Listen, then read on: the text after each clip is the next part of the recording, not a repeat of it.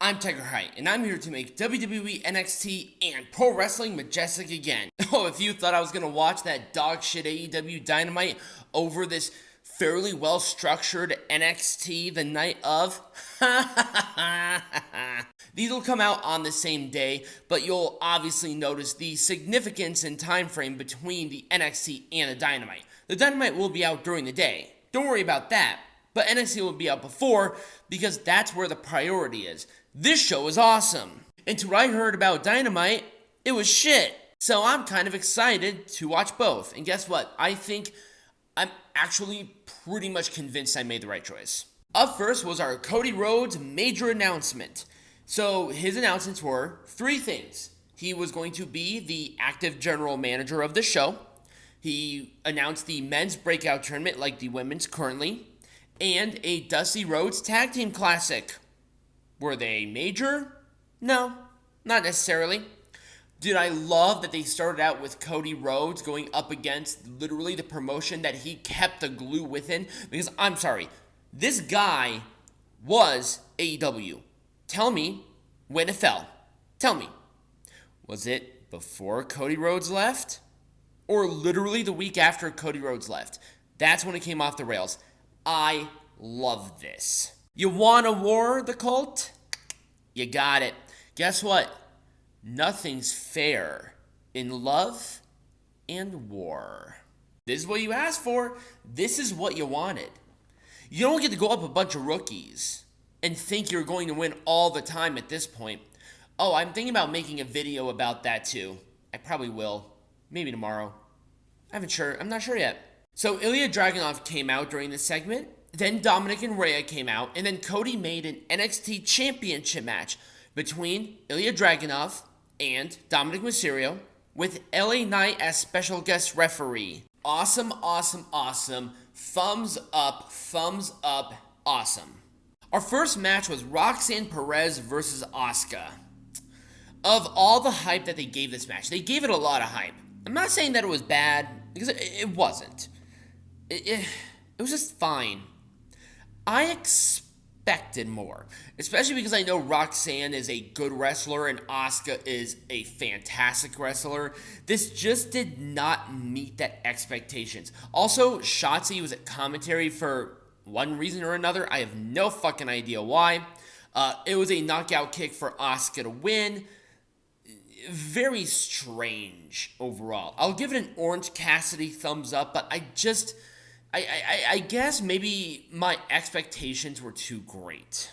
And I shouldn't say that because I like both of these women competitively. They're both great wrestlers.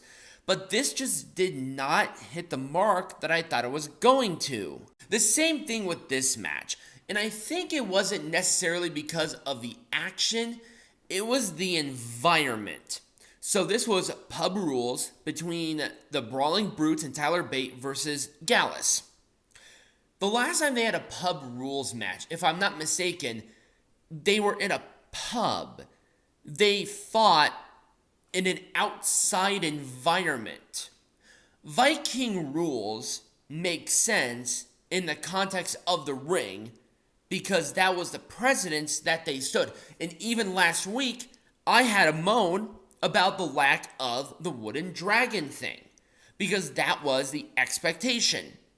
The first Pub Rules match that I remember was them starting in a bar. It's a bar fight. Why dress in wrestling gear? There was a lot of this that didn't make any sense to me. It was a fine match. I'll give it an Orange Cassidy thumbs up, and it was a triple powerbomb through a table for the baby faces to win. But why didn't you at least start it in a pub? I think that would have been a much better environment. Maybe some of them were sitting at the bar, waiting. The other ones, like the heels, attack them from behind, and that's how you start Pub Rules. Don't lay down your guard. This just was not what I expected from this match. It was fine, perfectly acceptable, and I think it was just the lack of environmental integrity.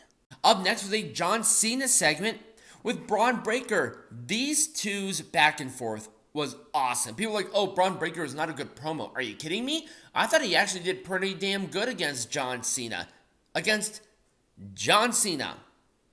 I like this overall. I thought it was a fun little segment. I'm going to give it an Orange Cassidy thumbs up. Maybe if it went to the actual match, probably would have been a little bit better, but it is what it is.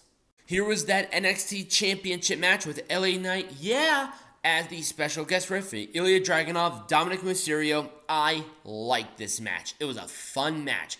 Great competitively, nicely paced. LA Knight, really was a very interesting and fun addition to the match itself. People lost their minds. Ilja and Dominik have actually a really good chemistry. And I wanted Dominik to go for the NXT champion after the North American, but why have him win back the North American? Why not just say, hey, go after the NXT champion? Maybe set that up before because you knew NXT was going to be on Tuesdays a week before. I don't know. Kind of a weird little spot there. It was Torpedo Moscow. For the win.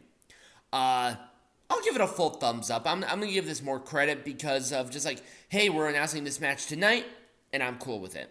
A story would have made this even better, but you know what? I'm not going to pull hairs. And trust me, I'll give the same sort of reaction to Dynamite. Chill out. So our next match kind of buried, and I feel like that's kind of disrespectful. We have Dani Palmer and Lola Vice in an NXT Women's Breakout Tournament match. I thought the match was fine. Here's the problem. Both of these women, although great athletes and definitely potential good wrestlers, definitely, they don't have the pacing and finesse quite yet of wrestling. This match felt weirdly rushed despite the time they had. It could have been done better, but I'm giving them a lot of leeway because keep in mind, the A show of AEW are going up against a bunch of rookies. So, it was a kick to the side of the head for Lola Vice to win. I'll give it an Orange Cassidy thumbs up, and this is being really nice. And in our main event, with John Cena in his corner, we have Carmelo Hayes, and we have Paul Heyman in the other corner with Bron Breakker. Once again, these two have such a great chemistry, great back and forth, and it was nothing but net for Carmelo to win. A good match that gets a full thumbs up. Now, the post-match spear by Breakker was good because goddamn he cut poor Carmelo Hayes in half. But then we have the Undertaker come out.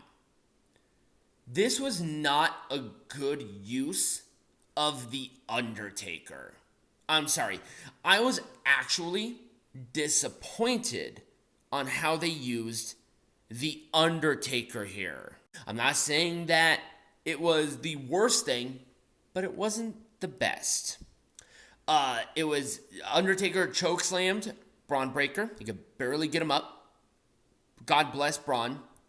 Undertaker is trying to cut a good promo, but you can tell that he was just there because of a paycheck. I'm sorry, it is what it is.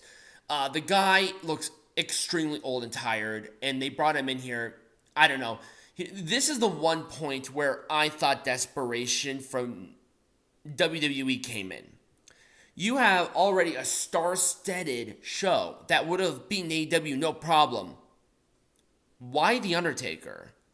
Peanut Gallery gave a great analogy last week. I'm not in competition with a mosquito, but when it lands on my skin, I want to hit it.